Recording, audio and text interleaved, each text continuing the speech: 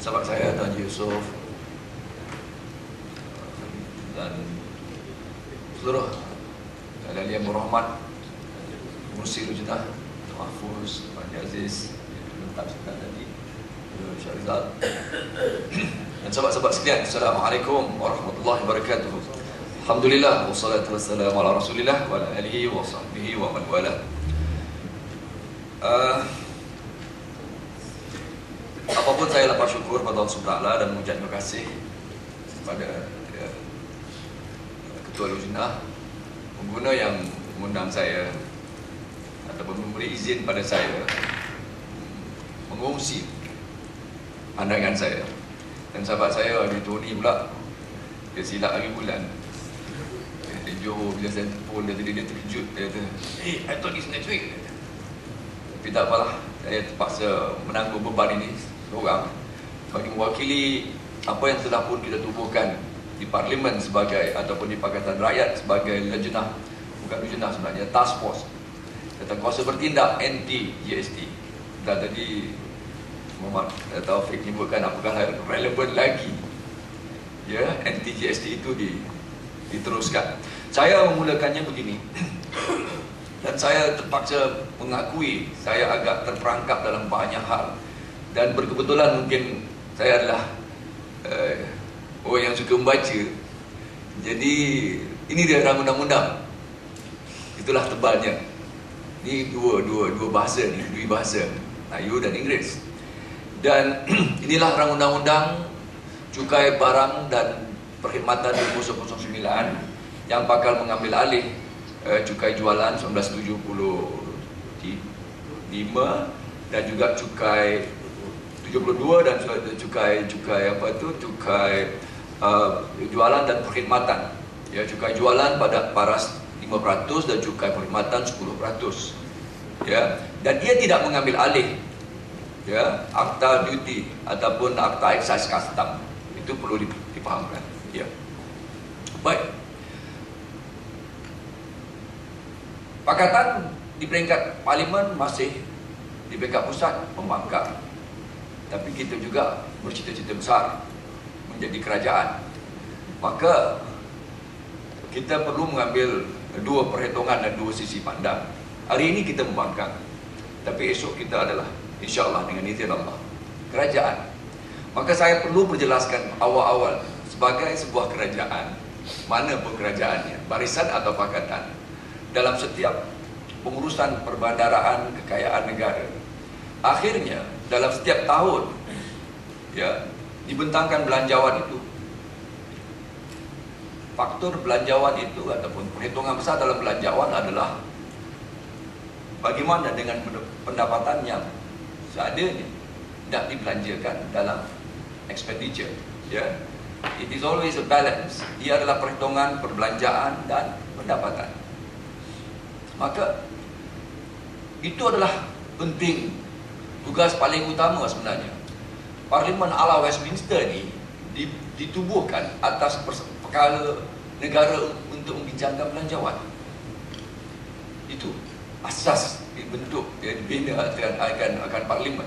The issue is about to discuss and debate annually budget negara. Sobat-sobat sekalian, dalam perkara ini, tatkala setelah 13 tahun defisit ya, dan paling parah tahun sudah 7.4% daripada keluaran dalam negara kasar. Maka buat pertama kalinya kita menyaksikan Menteri Kewangan juga sifatnya Perdana Menteri mengambil tekad untuk mengurangkan jumlah peruntukan belanjawan negara. Buat julung-julung kali ini, kalau tidak terus meningkat, bukan? 2010 bajet ya dikurangkan 2009 tak silap saya 2005 bilion, dan pada 2010 192 pengurangan sebanyak 20,2% perbelanjaan dan juga pembangunan sebanyak 4,4%.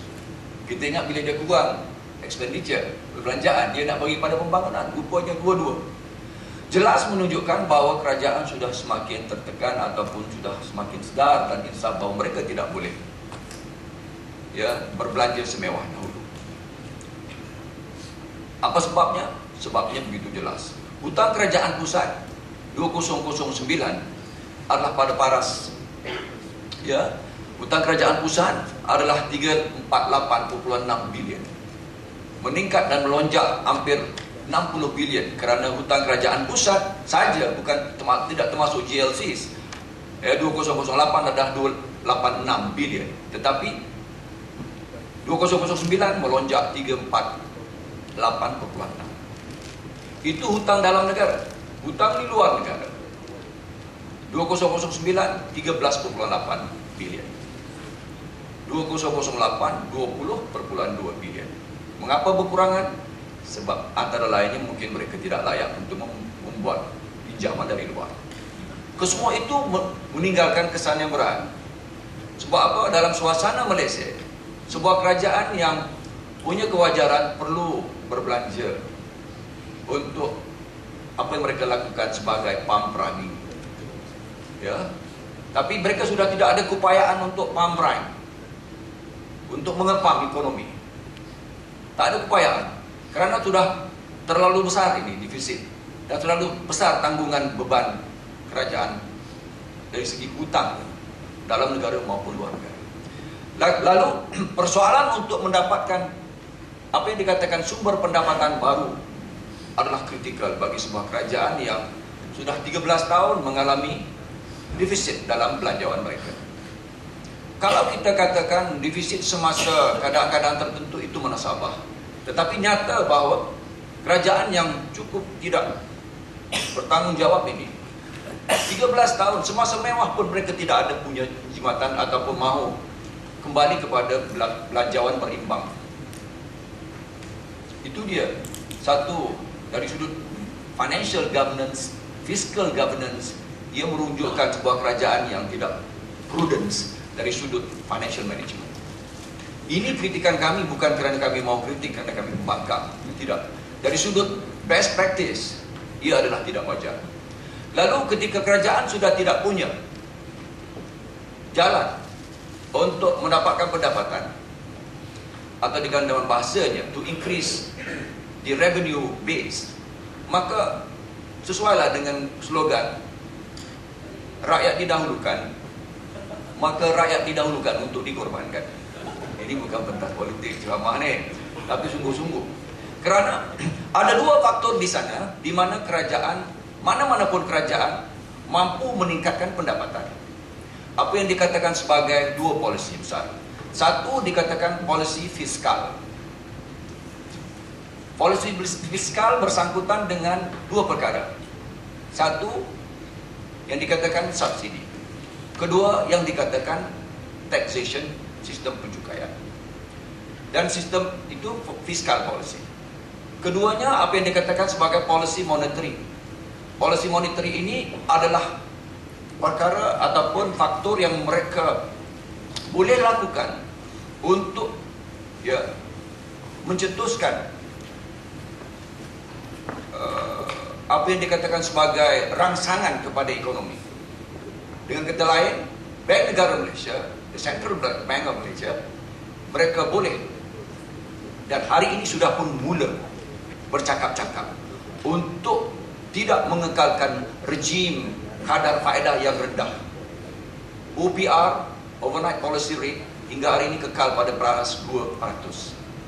Base lending rate, average APR, average lending rate, semuanya sekarang ini pada rejim yang rendah. Mereka sedang meninjau-ninjau, menghitung-hitung untuk meningkatkan perkara ini, meningkatkan kadar ini, maaf. Inilah yang dikatakan sebagai apa yang dikatakan keupayaan sebuah kerajaan untuk melakukan apa yang disebut sebagai stabilizing measures. So dalam sebuah kerajaan, kalau kita pun kerajaan, kemudian insya-Allah kita punya apa yang dikatakan sebagai stabilizing measures ini. Dua kaedahnya, fiskal dan juga monetary. Jelas itu ya. Jadi kerajaan sekarang ini merujuk kepada fiscal policy. Sebab ZT ya mengatakan bahawa Ansri ZT mengatakan bahawa dia tidak akan usik monetary policy. Semua kadar-kadar rendah itu adalah diperlukan untuk merangsang ekonomi. Tapi pada waktu yang sama, beliau wajar tahu bahawa andainya kalau sistem ataupun rejim kadar faedah itu terus-terusan kekal rendah, ia tidak menjadi satu yang atraktif dan menarik kepada pelabur. Sebabnya ketika inflasi memakan daripada faedah, tidak ada sebab mengapa rakyat ataupun pelabur perlu menyimpan dalam sistem perbankan. Mereka akan keluar. Sebab itu semua perkara ini